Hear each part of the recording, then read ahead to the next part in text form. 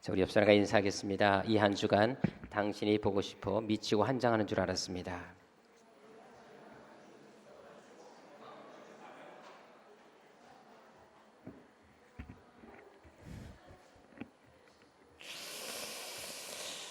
정말 많이 보고 싶으셨죠?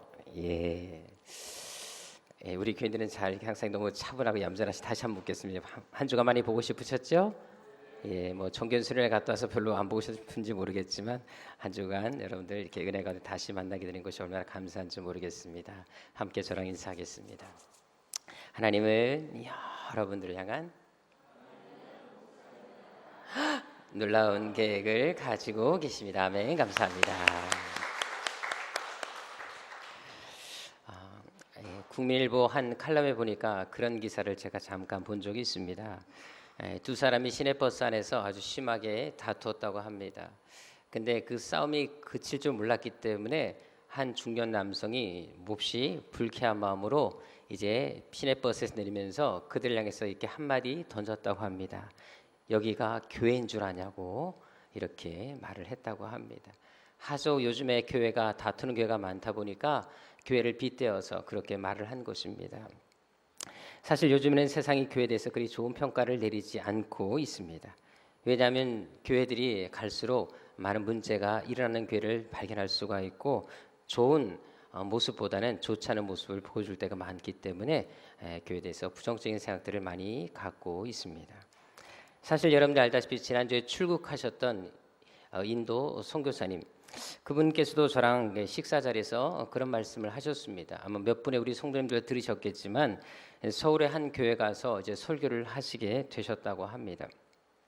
근데 설교 전에 목양실에 잠시 이제 담임 목사님과 함께 앉아 계셨는데 목양실 바깥에서 아주 심하게 싸우는 소리가 들렸다고 합니다. 그래서 무슨 일인가 알아보셨더니 장로님들과 교회에 여러 가지 분란이 있어서 계속해서 지금 몇 년 동안 교회가 다투고 있다는 얘기를 들으셨다고 합니다. 문제는 담임 목사님께서도 정말 교회가 너무 힘들다고 이제 교회를 그만둘까 생각을 하고 있다는 얘기를 하셨다고 들으셨습니다. 그래서 이제 설교 끝난 다음에 좀 있고 싶었지만 도저히 있을 수가 없어서 그냥 바로 나오셨다라고 얘기를 하셨습니다. 그분이 이제 한국에 머무시는 동안 이곳저곳에 가셔서 참 많은 이야기를 하셨고 또 설교를 하셨습니다. 근데 여러 개 가서 설교를 하셨지만 정말 좋은 목회자와 좋은 성도님들, 좋은 교회를 만나기가 쉽지 않았습니다. 정말 문제없는 교회가 없었습니다라고 저에게 이야기를 하셨습니다. 근데 정말로 유일하게 정말 이 교회, 정말 교회다운 교회가 하나 있다라는 것을 이렇게 발견하게 됐는데 그 교회가 어느 교회인지 혹시 여러분 다 아시지요? 어느 교회입니까? 예, 세한교회라고. 제가 아니라 그분이 직접 말씀하신 겁니다. 중요한 건 여기 종현이도 지금 여기 그분의 큰 아들이 앉아 있기 때문에 그 아이들이 증인으로 이 자리에 앉아 있습니다. 이 아이는 오늘 이제 출국을 하게 됩니다. 중요한 건 여러분들 지금 이 자리에 또 울산에서 올라온 두 아이가 있습니다.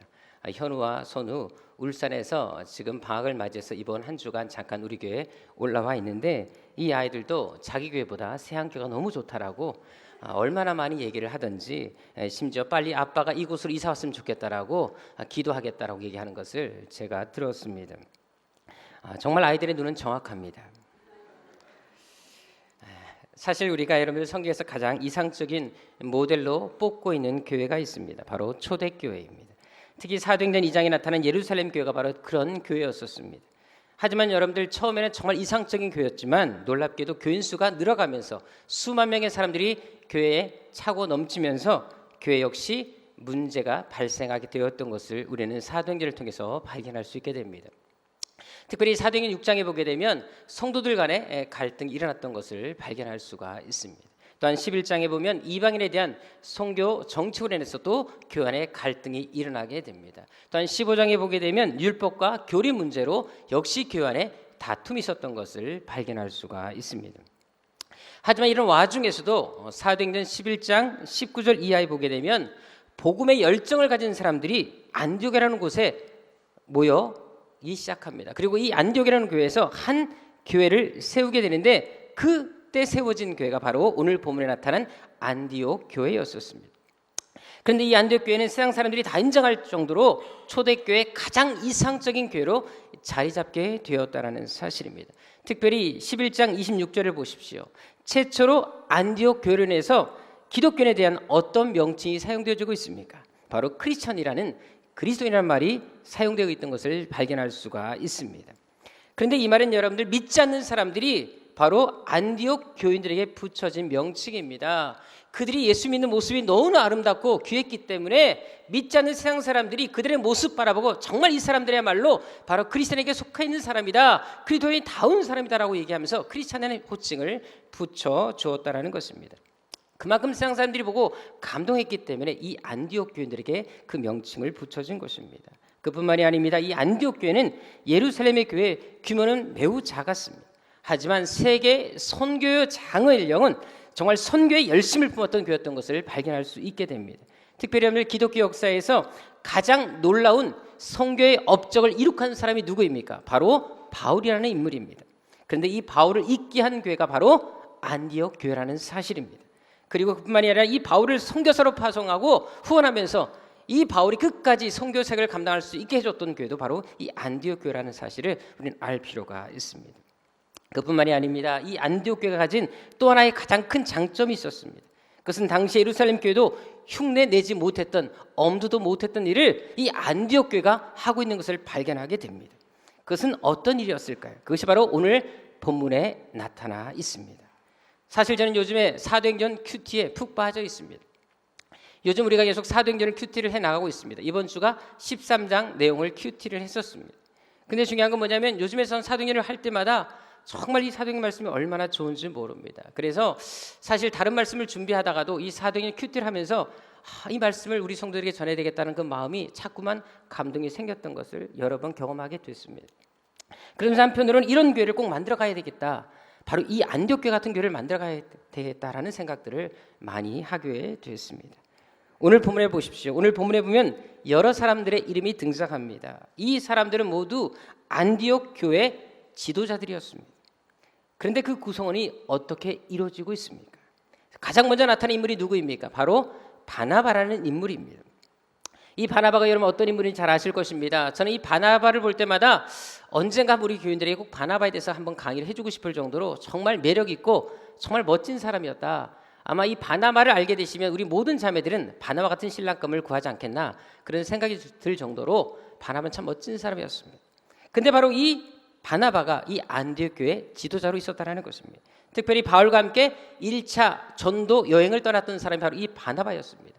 특별히 사도행전 4장 36절에 보게 되면 땅을 팔아서 교회에 바칠 정도로 상당한 부를 소유했던 사람이 바나바였습니다. 더구나 그의 신분도 당시 유대인들 중에 구별된 귀족 출신의 레위인이었습니다. 그만큼 그는 신분적으로나 물질적으로 상당한 위치에 있었던 사람인 것을 발견할 수 있게 됩니다. 또한 두 번째 어떤 사람이 나오고 있습니까? 니게르라는 시몬이 나와 있습니다. 시몬은 이름에서 알 수 있는 것처럼 그는 유대인이었습니다. 그런데 여러분들 니게르라는 말을 주목해 보실 필요가 있습니다.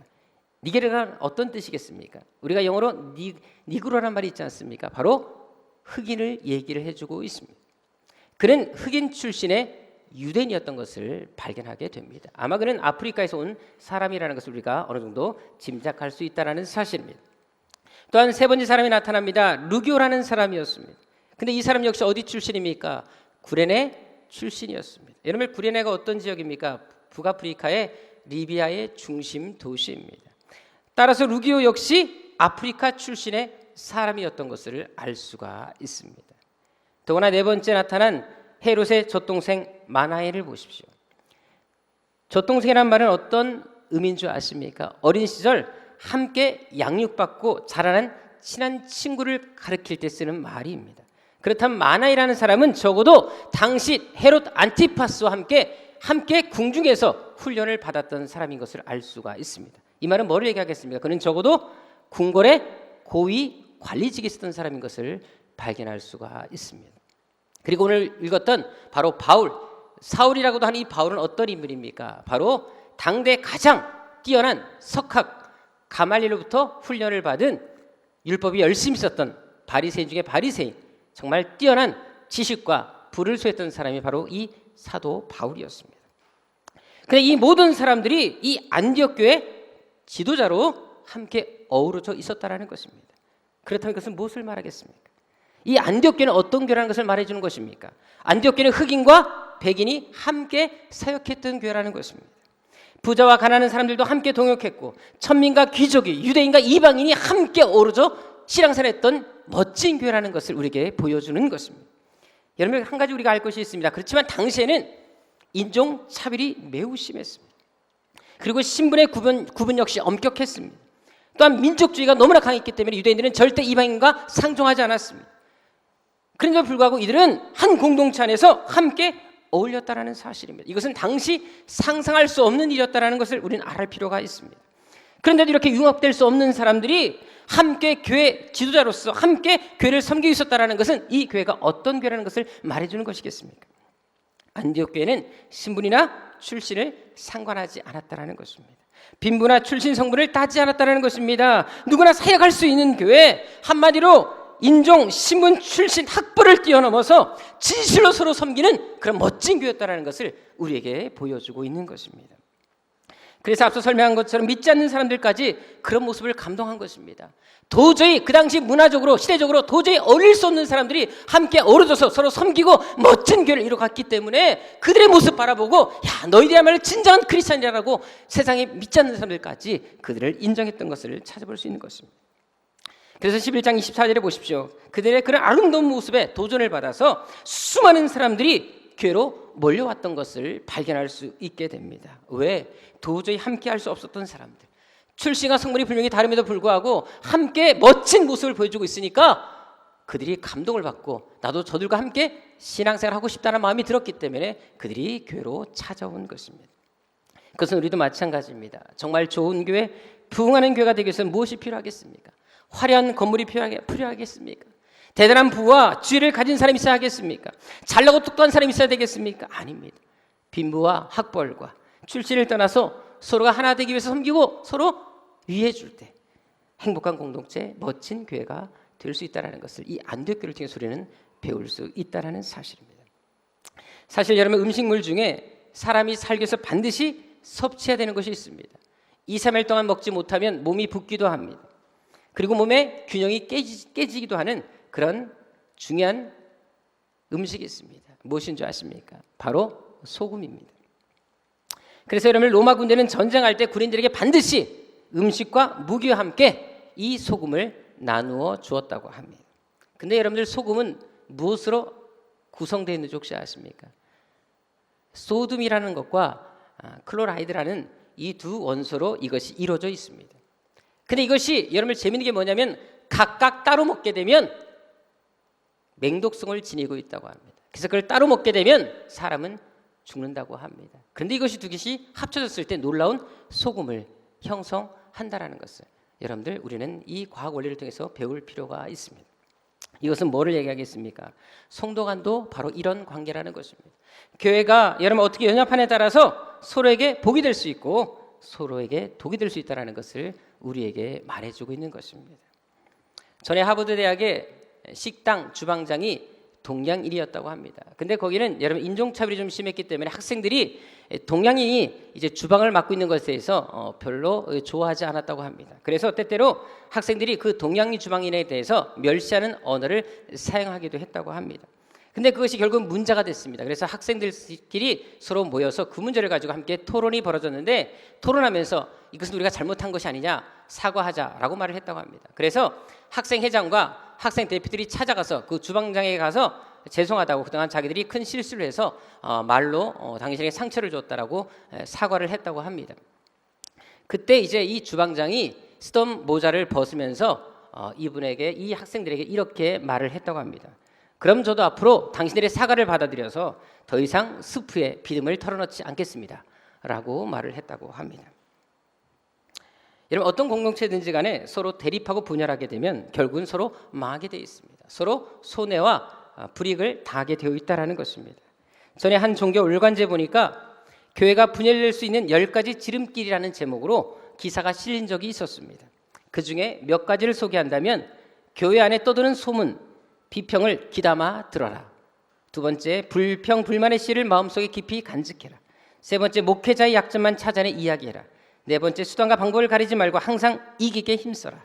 다섯 번째, 하나님이 당신에게 교회를 분열시키라는 사명을 주셨다고 믿고 행하라. 이것이 교회를 분열시키는 10가지 지름길에 나오는 대표적인 내용들입니다. 저는 사실 지금까지 12개 교회를 섬겼습니다. 그런데 그중에 몇 교회가 분열하고 어려움을 겪는 경우를 종종 목격했습니다. 그런데 여러분들 공통점이 뭔지 아십니까? 자기 소리를 냈다라는 것입니다. 좋은 면을 보기보다 부정적인 것을 말하는 사람들이 많았다라는 것입니다.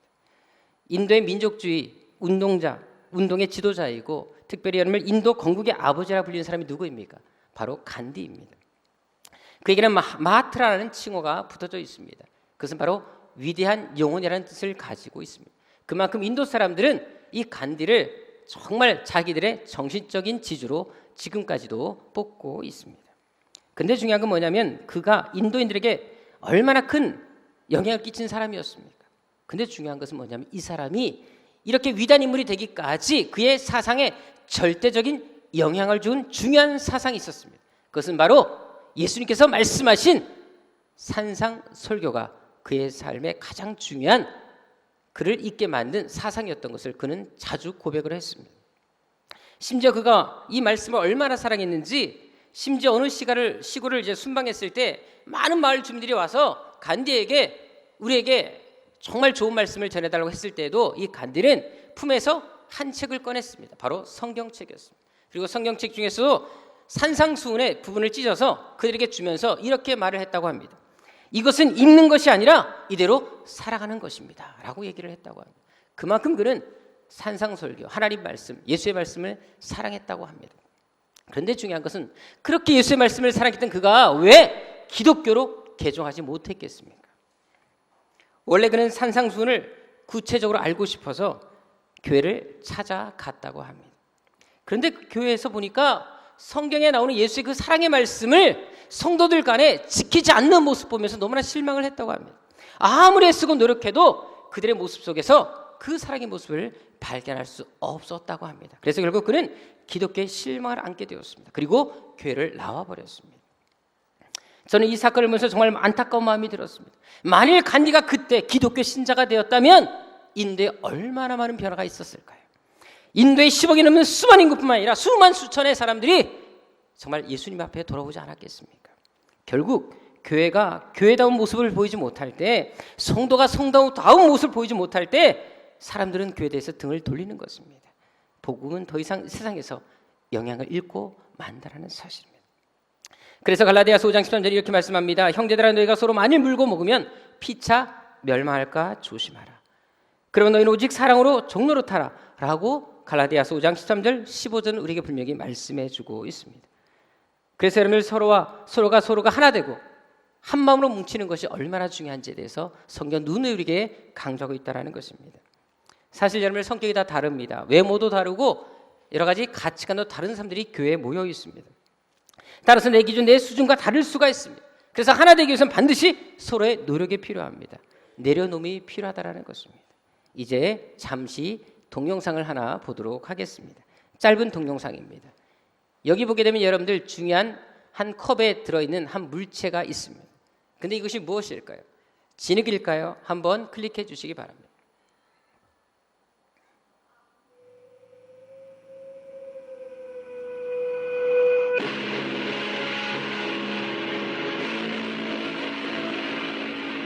진흙같이 보이지만 사실 불개미떼입니다. 지금 불개미가 저렇게 뭉쳐 있습니다. 아무리 외부에서 충격을 주고 그리고 핀셋으로 찔러도 전혀 흐트러짐이 없이 똘똘 뭉쳐 있습니다. 보십시오. 놀랍지 않습니까?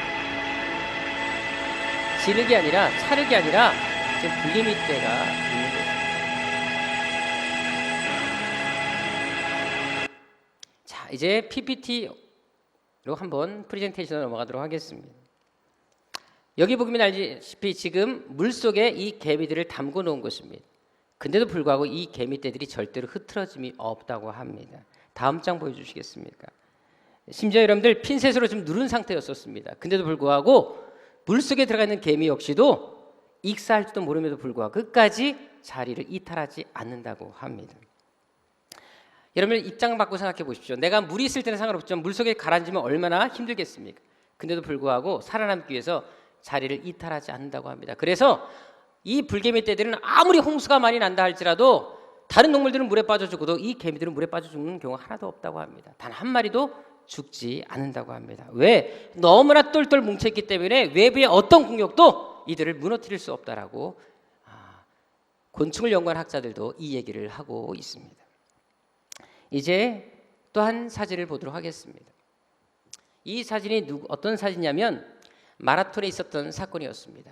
두 여인이 1, 2위를 다투고 열심히 달려가고 있었습니다. 근데 선두를 달리던 아델이라는 여자 선수가 갑자기 보조를 달리는 그 걸음을 페이스를 놓치면서 넘어지고 말았습니다. 그리고 심하게 다쳤습니다.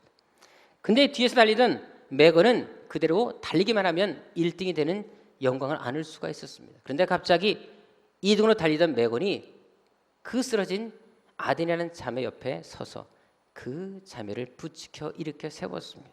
그리고는 함께 걷고 걸어서 결승전을 향해서 걸어갔습니다. 근데 중요한 건 뭐냐면 결승점을 통과시킬 때 놀랍게도 이 부축해줬던 이 메건이라는 자매가 넘어진 그 자매 아델이라는 자매를 결승점을 먼저 통과시켜서 1등을 시켜주었다는 사실입니다. 근데 여러분들 이 일을 했던 이 메건이라는 자매가 나이가 몇 살인 줄 아십니까? 17살입니다. 17살의 나이에 이렇게 아름다운 모습으로 그 승리를 가져올 수에도 불구하고 그것을 양보하는 모습을 보면서 참 멋진 자매다. 정말 저 자매는 우리 새한교회 교인이어야 된다라는 생각을 제가 하게 됐습니다. 다음 장 보도록 하겠습니다. 이번 정견 수련회 때 우리 남성교회에서 고기를 굽는 사진입니다. 정말 우리 가까이 이렇게 정말 아름답게 섬기는 분들이 있다는 사실들에 대해서 저는 얼마나 감격하는지 모릅니다. 중요한 건 여러분들 다음 사진 보시면 알겠지만 장례도 그랬고 항상 모든 분들이 솔선수범해서 고기를 구웠을 때 우리 남성교회가 애써서 고기를 구웠고 우리 청년들이 저렇게 아래 사진 나와 있는 것처럼 앉아서 처먹기만 했었습니다. 사실 이번에도 여러분들 알다시피 참 많은 우리 교인들이 애써서 참 많이 수고를 해주셨습니다. 여전대 회장님은 직접 고기를 사러 다녀오셨습니다. 다른 여전대분들은 장을 보시고 함께 음식을 준비하셨습니다. 특별히 우리 참 고마웠던 것은 우리 김현숙 집사님 직접 가시지 못하셨지만 수련회 때 꼭 필요한 김치를 직접 그 무거운 김치를 몇 통을 지금 손으로 들고 교회까지 갖다 놓으시고 돌아가셨습니다. 또한 우리 성민석 집사님이 사실 우리가 수련하는 그날 생신이셨습니다. 근데도 불구하고 따로 식사를 가족끼리 하지 않고 이렇게 교회에 와서 그 시간을 보내시기까지 하셨습니다. 청년들은 마지막까지 남아서 짐을 다 정리하고 교회 와서 교회 청소까지 다 하고 돌아갔습니다. 정말 우리 교인들을 볼 때마다 한국에 이런 교회가 있을까라는 생각을 들 때가 참 많이 있습니다. 앞으로도 이런 멋진 교회, 멋진 성도들이 되시기를 주님으로 축원합니다. 이제 오늘 본문 2절로 가보도록 하겠습니다. 안디옥 교회가 이렇게 서로 연합하고 섬길 때 어떤 일이 벌어집니까? 2절 한번 다 같이 보십시오. 주를 섬겨 금식할 때 성령이 가라사대라는 말씀이 나와 있습니다. 이 교회 안에는 성령의 음성이 직접 들리기 시작합니다. 성령이 강하게 역사하는 교회였다라는 것을 오늘 본문은 증거해주고 있는 것입니다. 특별히 여기서 주를 섬긴다는 말은 예배를 드린다는 말과 동일한 단어입니다. 또한 금식한다는 말 역시 기도한다는 말과 동일한 단어입니다. 즉 안디옥 교회는 지도자들로부터 시작해서 성도들까지 한 마음을 품고 예배드리고 기도했다라는 것입니다. 그러니까 성령이 강하게 역사하셔서 그들 가운데 놀라운 기적과 놀라운 복이 일어났다는 것을 찾아볼 수 있다는 것입니다. 다른 말로 만약 이들이 마음이 하나 되지 않았다면 성령 그들을 통해 역사하지 못했을 것입니다. 사실 제가 서울에 있는 한 교회에서 집회했을 때 있었던 일입니다. 저녁에 이제 성령 집회를 인도하고 있는데 기도를 인도하면서 너무나도 마음이 답답한 마음이 들었습니다. 왠지 뭔가 막혀 있는다라는 느낌이 갖게 됐습니다. 그래서 기도를 멈추고 왜 이렇게 됐는지 상황을 좀 알아봤더니 놀랍게도 교회가 두 쪽 난 교회였다라는 것을 저는 뒤늦게 알게 됐습니다. 중요한 건 뭐냐면 교회가 큰 어려움을 겪으면서 완전 두 쪽이 난 상태에서 비록 예배에 참석했지만 부모님들은 다른 교회를 다니고 학생들은 한 교회 다니면서 학생들 안에서도 많은 갈등이 있는 것을 제가 보게 됐습니다. 그래서 제가 기도를 멈추고 먼저 하나님 앞에 하나 되기 위해서 우리가 서로 용서하고 그리고 회개하는 그리고 서로를 품는 기도를 요청을 했었습니다. 원망의 마음을 내놓게 했었습니다. 서로 존중하고 그리고 서로 중보하는 시간을 갖게 됐습니다. 근데 놀라운 것은 그 기도를 시작했을 때 우리가 따로 성령을 구하지 않았지만 그들 안에 성령이 가기 역사하기 시작했습니다. 심지어 그들 가운데 정말 진심으로 화해하고 용서를 구했던 30명의 학생들이 그 자리에서 동시에 방언을 받는 것도 제가 눈으로 목격할 수가 있었습니다. 그래요, 여러분들, 하나님 앞에 우리가 서로 한마음 되고 서로 함께 뭉치고 연합할 때 하나님은 성령인 강하게 우리에게 역사한다는 사실을 이 사건을 통해서 다시 깨닫게 될 수 있었습니다. 그런데 이런 일은 성경을 통해서 얼마든지 찾아볼 수가 있습니다. 초대교회 성령이 임했을 때 어떻게 성령이 임합니까? 언제 임합니까? 사도행전 1장 14절에 보십시오. 마음을 같이하여 오로지 기도에 힘쓸 때 그들 가운데 성령이 임했던 것을 찾아볼 수 있습니다. 바로 그들이 마음이 나누지 않고 한 마음을 품고 함께 기도했을 때, 온 마음으로 함께 간구하고 기도했을 때, 한 마음을 품었을 때 성령 그들 가운데 놀라운 역사를 일으켜주셔서 수많은 기적과 안진병이 일어나고 죽은 자가 사는 역사가 나타났던 것을 우리는 성경을 통해 찾아볼 수 있습니다. 중요한 것은 치유와 이적과 표적과 기사가 그들 안에 일어났던 것을, 한 마음 품었을 때 일어났던 것을 찾아볼 수 있는 것입니다. 그래서 교회는 한 마음을 품고 기도하는 것이 참으로 중요합니다. 사실 여러분들, 최근에 우리 교회에 큰 사건이 하나 있었습니다. 사실 이 이야기를 할까 말까 참 고민을 많이 했었습니다. 그러다가 마음에 감동이 와서 얘기를 좀 하도록 하겠습니다. 이미 끝난 일이었기 때문에 지금은 말할 수 있을 것 같습니다. 한두 분 정도는 아마 알고 계실 수도 있겠지만, 여러분, 사실 이번에 메르스 사태로 인해서 많은 교회들이 그리고 많은 병원과 많은 가게들 그리고 많은 사람들이 피해를 입은 것은 사실입니다. 사실 여러분들, 이번 인천 메르스 사건이 터졌을 때 유일하게 청전 지역이 딱 두 군데가 있었습니다. 어디입니까? 인천과 울산이었습니다. 모르셨나요? 인천과 울산만 청정 지역이었고 모든 지역이 다 오염이 됐었습니다. 근데 중요한 건 뭐냐면, 사실 제가 어떤 분으로부터 문자를 받게 됐습니다. 여러분 알다시피 원래 인천도 청정 지역이 안 됐었습니다. 왜냐하면 검단의 탑병원의 한 간호사께서 삼성의료병원에 다녀온 이후부터 양성 판정을 받았기 때문에 사실 많은 어려움이 있었습니다. 그래서 저는 그때 울산에 내려가서 집회 중에 있었는데, 중요한 건 뭐냐면 그 신문 기사를 보면서 인천도 예외가 아니겠구나라는, 이제 메르스의 어떤 영향을 받겠구나라는 생각을 하게 됐었습니다. 근데 중요한 것은 뭐냐면 정말 원하지 않았지만 그 탑병원에서 그 간호사와 잠깐 접촉을 가졌던 분이 한 분이 우리 교회에 있으셨습니다. 그래서 그분 역시도 마음 아프게도 양성 판정을 받게 됐습니다. 그래서 2차 검사를 이제 하기 전에 이제 기도 문자가 저에게 날라왔습니다. 그 문자를 보면서 제가 나름대로 참 많은 생각을 하게 됐습니다. 왜냐하면 여러분 알다시피 우리 교회는 이제 시작한 지 얼마 되지 않은 교회인데, 만약에 그분이 양성 판정 나면 어떻게 되겠습니까? 우리 전 교인이 다 격리가 됩니다. 그리고 여러분들 함께, 저도 이제 열심히 집회 다녀야 되는데 집회도 못 다니게 됩니다. 그리고 우리 교회가 폐쇄 지경에 가지 않겠습니까? 그럼 우리 교회는 큰일 납니다. 그래서 그 문자를 딱 받자마자 제가 어떻게 한 줄 아십니까? 아무 생각이 들지 않더라고요. 왜 하필 우리 교회입니까? 라는 생각이 들었어요. 이단교도 되게 많은데 왜 하필 우리 교회입니까? 라는 생각이 들더라고요. 그래서 하던 일을 다 멈췄습니다. 그리고 바로 이 본당에 올라왔습니다. 그리고 하나님께 간절히 울부짖고 기도했었습니다. 하나님, 지금까지 우리 교회를 통해서 일하시는 하나님, 우리 가운데 얼마나 많은 역사를 보여주셨습니까? 이 교회는 기도로 세워진 교회고 하나님의 역사로 세워진 교회입니다. 하나님, 이것까지도 하나님의 역사를 보여주십시오. 이 일까지도 하나님이 간섭하시고 하나님이 도우신다는 사실들을 하나님 반드시 그것이 간증이 될 수 있도록 하나님 보여주옵소서. 제가 손을 들고 하나님께 부르짖기 시작했습니다. 여러분, 정말 열심히 기도했습니다. 저는 생사를 걸고 기도했습니다. 교회를 문을 닫을 수 있었기 때문에 저는 목숨 건 기도를 하게 됐습니다. 근데 여러분들, 바로 다음날 문자가 왔습니다. 양성이 음성으로 바뀌었고 모든 것이 다 해결이 돼서 아무 일 없었던 것으로 이제 다 모든 것이 조치가 끝났다고 문자가 왔습니다. 여러분들, 인천은 우리 새안교가 살린 교회입니다. 그걸 아셔야 됩니다, 여러분들이요. 이제는 말할 수가 있습니다. 이 비밀을 얘기할 수가 있습니다. 사실 여러분들 양성이 음성으로 판정난다는 게 결국 쉬운 일은 아닙니다. 하지만 여러분들 우리가 몇몇 아는 사람들은 중요한 건 함께 이 문제를 꼭 기도했고, 여러분들 중요한 건 뭐냐면 함께 하나님께 부르짖었을 때 하나님은 이런 기적과 하나님의 역사를 만들어 주셨다라는 사실입니다. 마찬가지입니다.